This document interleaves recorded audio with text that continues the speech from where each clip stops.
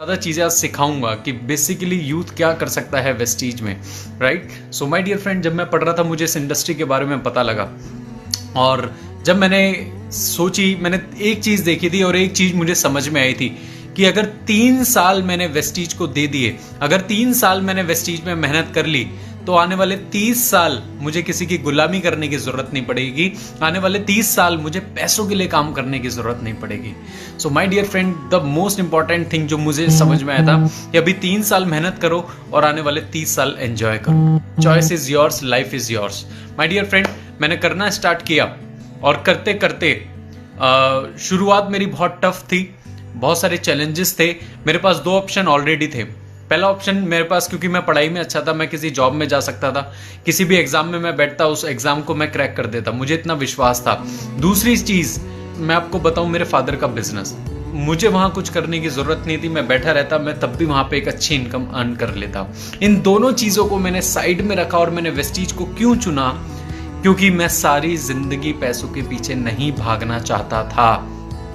मैं ये चाहता था 3 साल आप मेरा जूस निकाल दो, 3 साल मेरे से जितनी मेहनत लेनी आप ले लो, पर 3 साल बाद मुझे पैसों के लिए काम नहीं करना, मुझे मर मर के नहीं जीना, मुझे जी जी के मरना है। देखिए, एक जिंदगी में हमारे पास कितने साल जीता है एक इंसान? 60, 70, 80। हमारे पास शुरू के 20 साल में एक बच्चा अपने आप को क्या सोचता है कि मैं बच्चा हूं। शुरू के 20 साल उसके ऐसे बचपने में निकल जाते हैं, पढ़ाई में निकल जाते हैं। आने वाले 20 साल, 40 साल के बाद जैसे वो 40 में एंटर करता है, उसके माइंड में क्या आ जाता है? यार अब तो मैं ओल्ड एज में आ गया, अब तो मैं बुढ़ापे की उसमें आ गया। तो जिंदगी के बचे कितने साल? 20 साल हमारे पास बचे। 20 से 40 तक सिर्फ 20 साल बचे, और उसमें भी अगर एक इंसान 28-30 साल तक पढ़ाई करता है तो वो कब जिएगा अपनी लाइफ को? तो वो चीज़ मैं समझ चुका था, और मैंने वेस्टीज को जब स्टार्ट किया तो बहुत सारे चैलेंजेस आए, बहुत सारे लोग अगेंस्ट थे, बहुत सारे लोगों ने मजाक उड़ाया, बहुत सारे लोगों ने पागल बोला। पर आप ये बताओ, क्या जो मेरे साथ हुआ, क्या हर कामयाब इंसान के साथ नहीं हुआ? आप मेहनत कर रहे हैं, आपके साथ भी ये होगा। क्योंकि कोई भी success, every success has its price tag. हर कामयाबी का एक प्राइस टैग होता है जो हमें देना पड़ता है। आप कोई भी चीज मार्केट में खरीदने जाइए, हर एक चीज की क्या है? कीमत है। छोटी चीज की छोटी कीमत है, बड़ी चीज की बड़ी कीमत है। तो every success has its price tag, और वो प्राइस टैग, कामयाबी आसानी से नहीं मिलती दोस्तों। बहुत सारे लोगों की ना सुनने पड़ती है, बहुत सारे लोग हंसते हैं, बहुत सारे लोग पागल बोलते हैं, बहुत सारे लोग मजाक उड़ाते हैं, राइट। उन सब रास्तों से आपको निकलना पड़ता है। इन रास्तों से बच के रास्ता कोई कामयाबी की तरफ नहीं जाता। इन रास्तों से बच के आप कामयाब कभी नहीं हो सकते।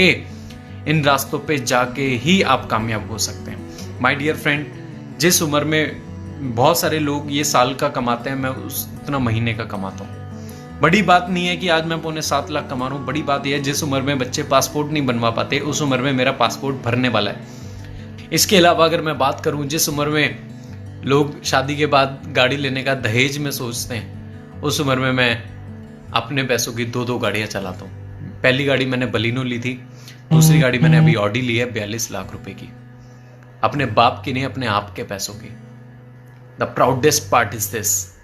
मैं एक पिक्चर देख रहा था, ये जवानी है दीवानी, उसमें रणबीर कपूर का एक डायलॉग है, और वो क्या डायलॉग है? वो कहता है कि अगर 22 तक पढ़ाई, 25 पे नौकरी, 26 पे छोकरी, 30 पे बच्चे, 60 पे रिटायरमेंट, और फिर मौत का इंतजार। ऐसी घिसी पिटी जिंदगी थोड़ी जीनी है। माय डियर फ्रेंड, अगर ऐसी घिसी पिटी जिंदगी नहीं जीना चाहते तो वेस्टीज एक राइट प्लेटफॉर्म है आपके लिए। आज अगर मैं आपको बात करूं, ये सिर्फ मेरी सक्सेस नहीं है। आज मेरी टीम में 50 से ज्यादा यूथ है, 50+ यूथ, जिनकी इनकम 1 लाख प्लस है।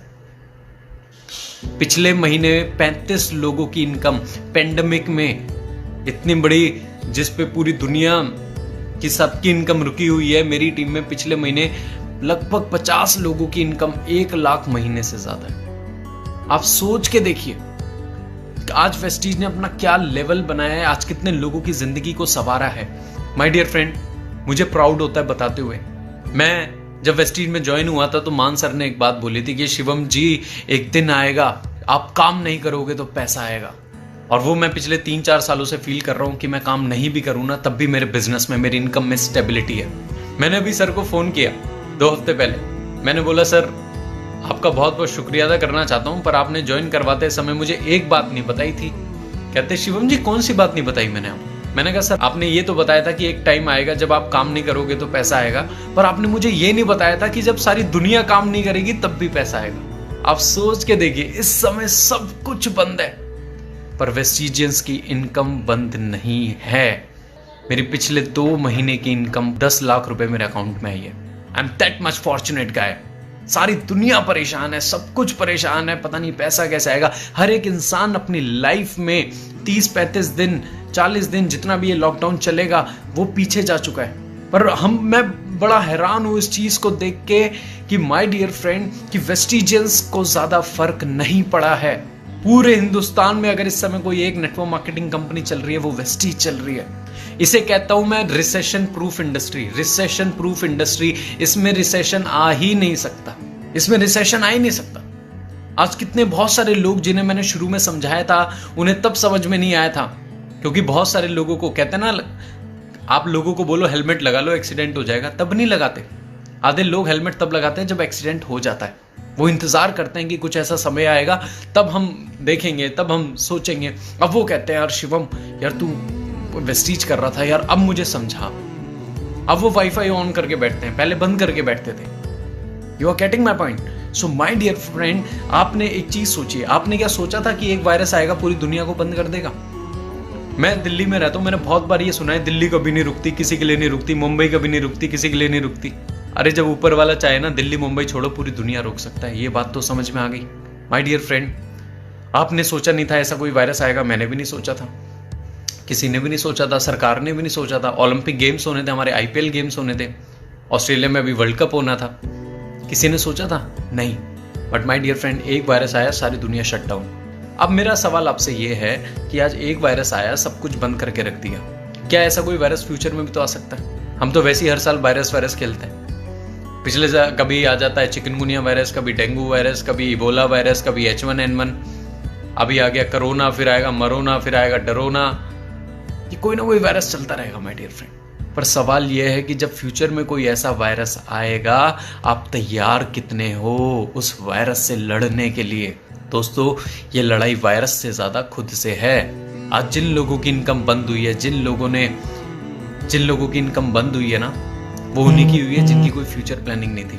मेरे पे बहुत सारे लोग आज मैसेज करके कहते हैं शिवम भाई तू तो मजे कर रहा है। मैंने कहा उद्देश्य भी वही था भाई वेस्टीज में आने का, आए भी उसी लिए थे कि एक दिन मजे करेंगे। You are getting my point? इसलिए यूथ को करना चाहिए वेस्टीज।